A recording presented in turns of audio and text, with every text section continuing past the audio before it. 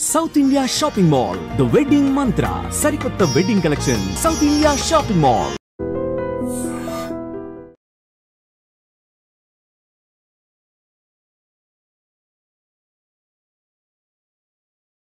అడ్డగోలుగా డబ్బు సంపాదించాలనే దుర్బుద్ధితో ఓ ఇద్దరు వ్యక్తులు ఏకంగా నకిలీ పోలీసుల అవతారమెత్తారు. నకిలీ పోలీసులుగా చలామణి అవుతూ ప్రేమ జంటలని టార్గెట్ చేస్తూ వారిని బెదిరించి డబ్బులు కాజేస్తున్నారు. సరిపల్లి చెక్పోస్ట్ వద్ద ఇద్దరు అనుమానిత వ్యక్తులను అదుపులోనికి తీసుకున్న పోలీసుల విచారణలో విస్తుపోయే నిజాలు బయటపడ్డాయి. ఈ ఇద్దరు వ్యక్తులు ఒకరు శివప్రసాద్, మరొకరు గోపి. ఇప్పటికే శివప్రసాద్పై 15 కేసులు ఉన్నాయి. అయితే గోపి మాత్రం తాజాగా ఈ దందాకి దిగినట్టు కూడా పోలీసులు గుర్తించారు. వెస్ట్ సబ్ డివిజన్ ఏసీపీ ఆధ్వర్యంలో కేసు విచారణ కొనసాగించగా ఇద్దరు గురించి బయటపడింది.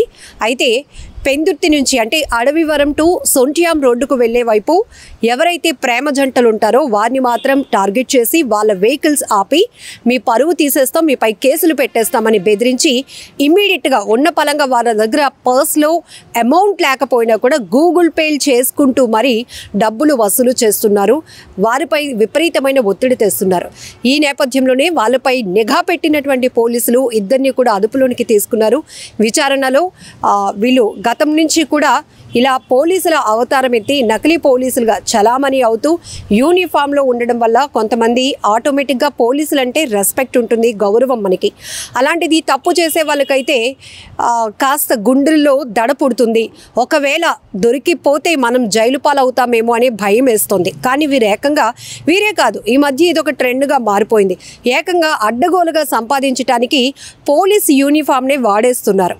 నకిలీ పోలీసులుగా అవతారం ఎత్తి పోలీసులుగా చలామణి అవుతూ అమాయక ప్రజల్ని టార్గెట్ చేసి వాళ్ళ దగ్గర కేసులు రాసేస్తాం, మిమ్మల్ని జైలుకు పంపించేస్తామంటూ బెదిరించి ముక్కుపిండి వసూలు చేస్తున్నటువంటి సందర్భాలు చాలానే బయటపడుతున్నాయి. ఇది విశాఖలో కూడా ఒక ట్రెండ్గా మారిపోయింది. గతంలో కూడా ఎయిర్పోర్ట్ పోలీస్ స్టేషన్ పరిధిలో ఒక నకిలీ పోలీస్ పట్టపగలే రోడ్డుకి అడ్డంగా కొంతమంది యువకుల్ని అలాగే కాలేజ్ స్టూడెంట్స్ని టార్గెట్ చేసి వాళ్ళని ఆపి హెల్మెట్ లేదు, లేకపోతే ఎందుకురా ట్రిపుల్ రైడింగ్ చేస్తున్నారు, ఇట్లా బెదిరించి వారి నుంచి డబ్బులు కాజేసినటువంటి నకిలీ పోలీసుని కూడా పోలీసులు అదుపులోనికి తీసుకున్నారు. ఇప్పుడు ఈ శివప్రసాద్, గోపి ఇద్దరిని కూడా పోలీసులు అదుపులోనికి తీసుకున్నారు. ఇద్దరి నుంచి పోలీస్ యూనిఫామ్స్తో పాటు ఒక బైక్, అలాగే వీరి నుంచి ఇప్పటి వరకు వసూలు చేసినటువంటి అమౌంట్ని కూడా స్వాధీనం చేసుకున్నారు. అలాగే వాల్యుబుల్ మొబైల్స్ని కూడా పోలీసులు స్వాధీనం చేసుకున్నారు. ఈ కేసుకు సంబంధించి మరింత డీటెయిల్స్లోనికి వెళ్దాం. మాకు 8వ తేదీన ఒక ఫిర్యాదు వచ్చిందండి. ఆ ఫిర్యాదు ప్రకారం ఏంటంటే దాంట్లో కంప్లైంట్ విజయనగరం చెందిన వ్యక్తి కోరాడు జయరామ్ మన ఆయన గాజువాక్లోని జాబ్ చేసుకుంటే 6వ తేదీన ఏం చేశారంటే తన 2 వీలర్ వెహికల్ మీద విజయనగరం వెళ్దామని చెప్పి బయలుదేరి వెళ్ళారు. వెళ్తుండగా అడవివరం జంక్షన్ నుంచి సొంటియాం మధ్య వెళ్ళే దారిలో మధ్యలో కొంతమంది వ్యక్తులు ఏం చేశారంటే పోలీస్ అని చెప్పి వాళ్ళ వెహికల్ ఆపి మీ మీద కేసు పెడతాం, మీరు అంటే యాక్చువల్ వాళ్ళ రిలేటివే ఆమెతో పాటు వెళ్తున్నారు కాబట్టి మీ మీద కేసు పెడతాం, మీరు డబ్బులుగానే ఇవ్వకపోతాయని చెప్పి బలవంతంగా ఏం చేశారంటే డబ్బులు లేవంటే వాళ్ళు తెలివిగా క్యూఆర్ కోడ్ స్కాన్ చేయించుకున్నారు. ఫోన్పే చేయించుకునేటప్పుడు కోడ్ ఇచ్చారు. క్యూఆర్ కోడ్ స్కాన్ చేయించుకొని చీకటిలో సుమారు 9 o'clock అవుతుంది అప్పుడు 6వ తేదీని. సో దాని మీద మా గవర్నర్ సిపి గారికి ఆయన వెంటనే వాట్సాప్ మెసేజ్ చేయగా ఆయన ఆదేశాల మేరకు, మా సిపి ఆదేశాల మేరకు వెంటనే దాని మీద కేసు రిజిస్టర్ చేయడం అయింది.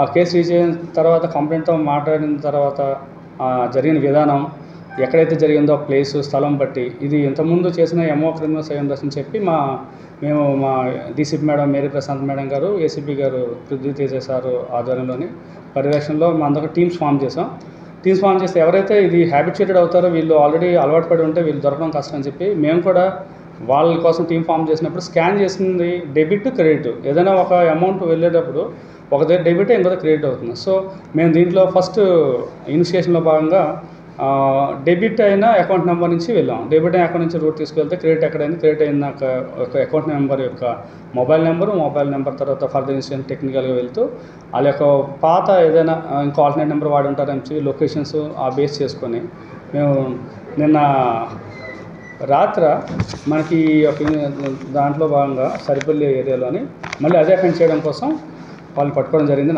రాత్రి సుమారు 8 గంటల ప్రాంతంలోని. అయితే వాళ్ళని ఎంక్వైరీ చేసి మాకు తెలిసిన నిజాలు ఏంటంటే వీళ్ళిద్దరూ కలిపి దాంట్లో మొదట అతని పేరు ఎక్యూజ్డ్ 1, అతని పేరు ఎతపాక శివప్రసాద్. ఇతను ఆల్రెడీ ఏపీఎస్పీలో ఇంతకుముందు కాన్స్టేబుల్లో వర్క్ చేస్తూ 2019లో రిమూవ్ చేయబడ్డాడు. తర్వాత ఇలాంటి అఫెన్స్లే అదే ఏరియాలో దాని సరౌండింగ్ పరిసర ప్రాంతాల్లోని చాలా చేసి సుమారు మనకి ఒక 10 కేసులు, ఈ కేసులతో పాటు వేరే కేసులు కలిపి ఆయన మీద ఒక 10 కేసెస్ ఇలాంటివి చేస్తున్నాడు. వాటిలో కూడా అరెస్ట్ అయ్యి రిమాండ్ వెళ్ళాడు. కానీ తెలివిగా అతను ప్రతిసారి ఏం చేస్తారంటే వేరొకరిని ఎవరైనా ఎంగేజ్ చేసుకొని దొరుకుతారని చెప్పి వాళ్ళ ద్వారా ఫోన్పే ట్రాన్సాక్షన్స్ కానీ వాళ్ళు సహాయం చేసుకొని చేస్తారు. సో ఇదే క్రమంలో కే గోపి అని అతన్ని వాడుకున్నారు. ఈ స్కానింగ్ అంతా కూడా అతని ద్వారా చేయించుకున్నాడు. అమౌంట్ ఇతను తెలియకూడదు, పోలీసులకి గుర్తుపట్టకూడదు అనే ఉద్దేశంతో ఆయన చేశాడు. అయితే అతను పట్టుకొని ఇద్దరిని ఒకేసారి పట్టుకొని సో జూన్ 2 నుంచి 10వ తేదీ వరకు కూడా వీళ్ళు ఈ నేరాలు చేయడం జరిగింది.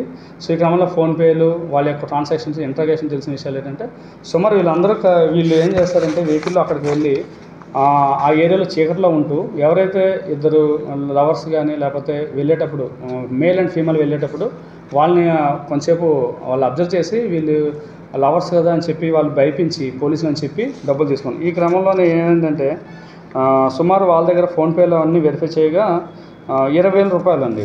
ప్రతి ఫోన్పేలోని 2,000, 4,000, 3,000 అలా చేయించుకున్నాం. మంచిగా ప్రతి ఈ రోజుల్లో డబ్బులు లేవంటే వెంటనే అదే చేస్తున్నారు కాబట్టి 20,000 రూపాయలు చేయించుకున్నాం. వాళ్ళ నుంచి మనం అఫెన్స్ చేయడానికి వాడిన ఒక స్కూటీ ఏదైతే ఉందో అది A1 దగ్గర నుంచి శివప్రసాద్ నుంచి సీజ్ చేయడం జరిగింది. వాళ్ళ మొబైల్ ఫోన్స్ కూడా సీజ్ చేసాం.